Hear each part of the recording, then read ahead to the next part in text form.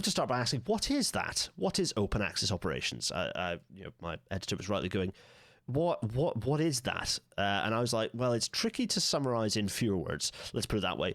Open access.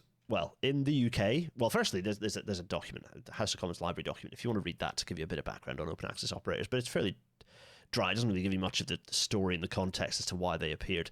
Open access operators in the UK, or in GB rather, are rail operators that sit outside of the passenger franchise system, other than Network Rail's trains and DRS, Direct Rail Services, which is the state-owned freight company, rail freight company, which obviously we need to absorb in GBR, by the way, and I hope there are plans to do that.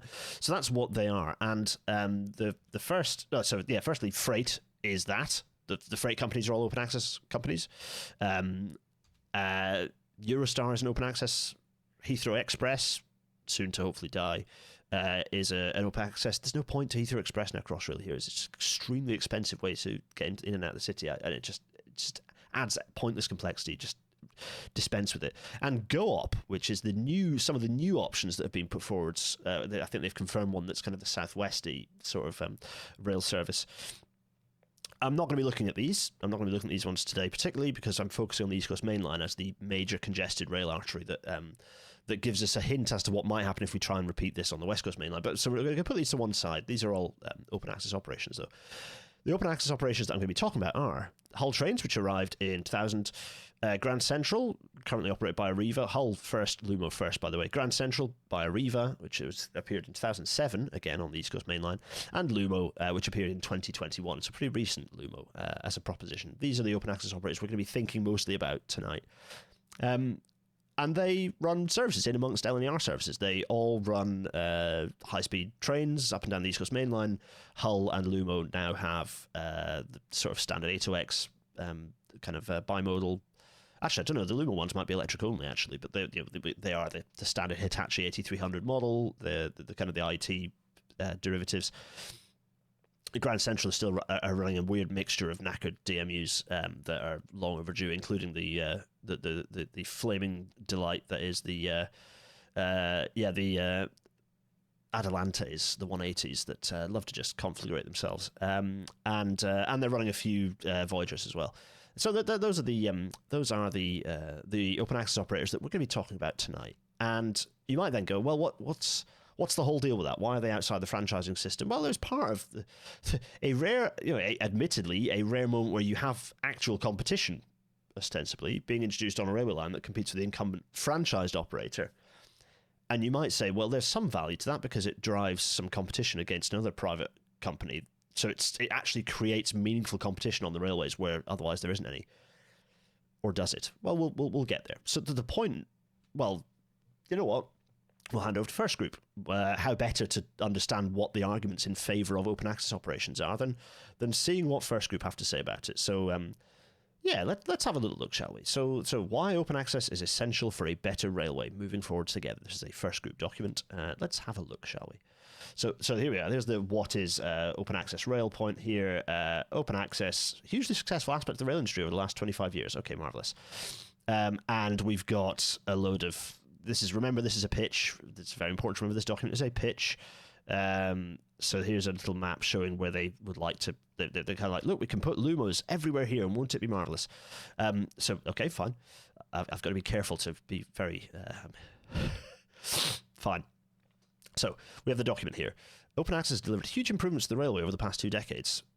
Well, that's an unfalsifiable statement, so we'll kind of put that to one side.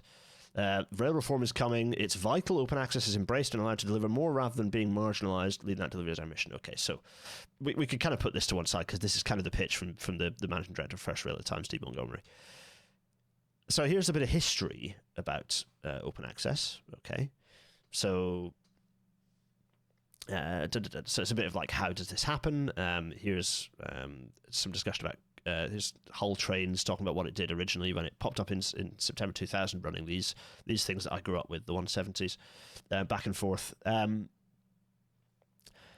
this is there we go. So there's a lot of spiel. They've said a lot of things here, but there's a lot of spiel here, and nothing, none of it particularly that we could pick up on, but fine. Okay, they give me a bit of timeline. So here's where we start getting some numbers. Open access operators deliver substantial economic benefits. Arup studies show that since Hull Trains launched in 2000, estimate up to 380 million worth of economic benefits have been realised, while on Luma the benefits have been calculated as at least 470 million. Those numbers, the counterfactual to that is that no trains are running to Hull. We're going to come back to Hull because I think it's really important. Hull Trains have been fantastic for Hull. I think and there's a lot to be said for that kind of nice region, that nice local identity. I like that. But all the claims about it requires the counterfactual of no long distance fast services to Hull.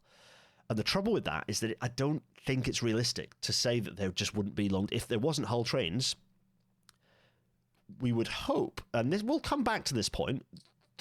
It's difficult. I find it very difficult and not realistic to argue that within a year or two you'd have seen the services being run by the incumbent operator, which wasn't LNER at the time.